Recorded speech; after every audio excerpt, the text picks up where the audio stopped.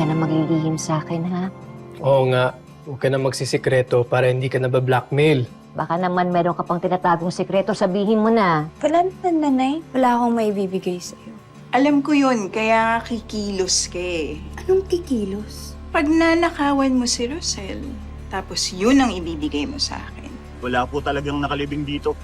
Hindi kaya niloko ka lang ni Gomar at ni Malu? Baka hindi naman talaga dito nakalibing ang anak mo. Tingnan mo nga naman, oh. Ang bilis ng karma, Bel. Ngayon, staff ka, tapos ako, supervisor ng flower business namin. Saan mo dinala ang anak ko? Rosel, hindi ko alam. Di ba, Malu? Sumagot ka na lang, nasaan ang anak ko? Nasaan yung totoong kakambal ni Tyrone? Nakikiusap ako sa'yo, nasaan siya? Rosel!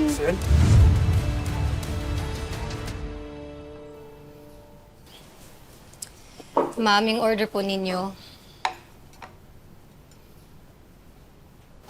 Oh my gosh, I forgot to tell you.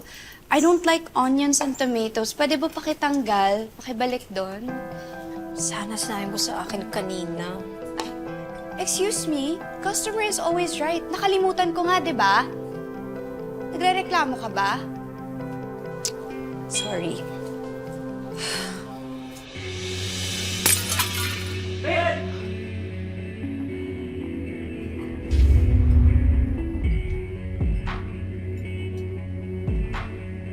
Tali! Bakit? Sa tingin mo, nakalimutan ko na yung kasamaang ginawa mo sa akin? Kasamaan? Minsan ko niligtas ang buhay mo, tapos hanggang ngayon, kasamaan ang iniisip mo sa akin? Oo, niligtas mo yung buhay ko. Pero para linisin yung image mo, yun yung habol mo. Tali, naging kaibigan ako sa'yo. Yes, pero that friendship is now over. Magkaaway ulit tayo. Napakasama mo, Tali. O ano? Lumalaban ka? Sabihin mo. Bel! What the? Anong ginawa mo rito? Bakit nakakalat ang food? Oh, hi, Mother Connie! Tali, my dear! Connie, oh my goodness, you look good, ah. Thank you. So nice to see you. Ikaw din.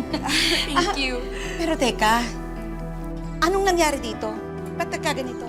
Eh kasi naman, Tita Connie, yung waitress niyo medyo clumsy. Not good for the business, ha? Tingnan niyo, medyo messy. Bel naman, simpleng trabaho, hindi mo magawa ng maayos. Nakakahiya kay Tali. She's our supplier pag may mga events dito. Dapat inoologoan mo siya. Pasensya na po, Ma'am Connie. Ayusin ko na po. No, it's okay, Tita Connie. You don't have to worry. I understand. It really happens in business. Ligpitin mo agad yan, ha? Bilisan mo. Tapos tawagin mo sa loob si Didit. Siya na lang ang mag-serve dito. Kailan ka talaga? Nagkalat ka na, nagbasag ka pa. Sorry po. Tali, my dear, come on, let's go to my office. sige, Tita. I'll show you something. Okay, sure. Hold on. Remember what we talk about? This is it. Come on. Bilisan mo dyan. Careful. No onions and tomatoes, ha? Kung ayaw mo ulit mangyari yan sa'yo.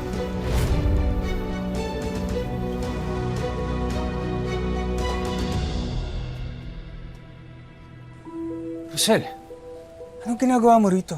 Chris, importante na makausap ko si Malu.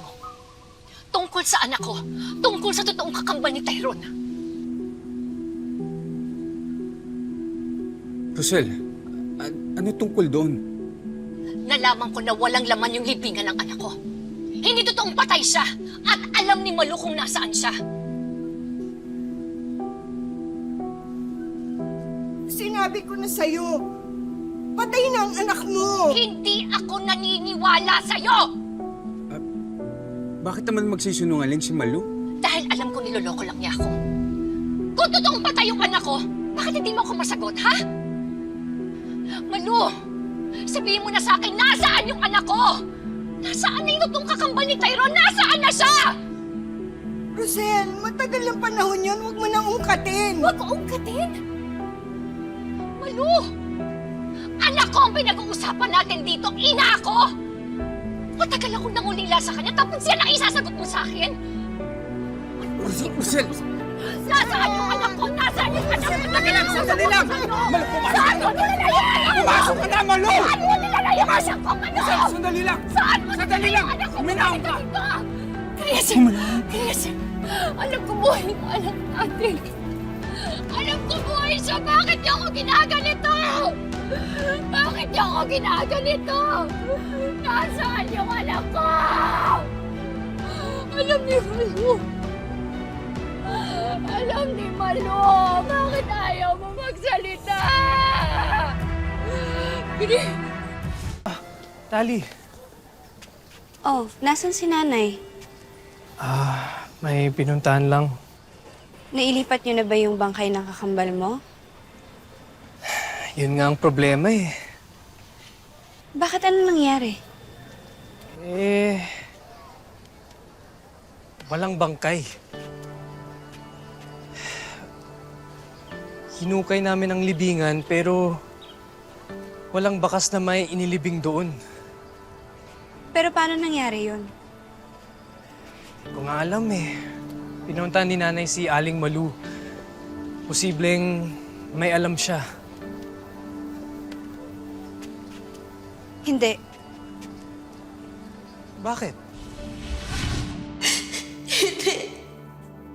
Hindi totoo yan. Hindi ako naniniwala na si Belle yung tunay na anak ni nanay. Hindi pwedeng mangyari yun. Alam mo, hindi ka naniniwala kasi ayaw mong tanggapin yung totoo. Paano nangyari yun? Paano si Belle naging tunay na anak ni nanay? Paano sabihin mo sa akin? Si Belle kasi yung isinilang na sanggol ni Rosel. Pero may kumuha sa kanya tapos ikaw yung ipinalit. Sino gumawa nun?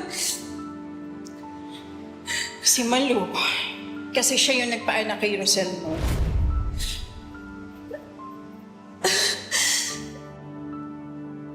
Bakit ginawa yun ni Malu? Ano yung dahilan, ha? Sa ngayon, hindi ko pa alam kung bakit. Pero, ibinigay si Belle sa mga almendras. Tapos para hindi maisip ni Rosel na nawalan siya ng anak, ikaw yung ipinalit. Uy, hindi ka na nakapagsalita dyan. Wala. Naawa lang ako kay nanay kasi kailangan pang magkaganto. Oo nga eh. Desperado si nanay mahanap ang kakambal ko. Ako rin. Gusto ko siya makilala.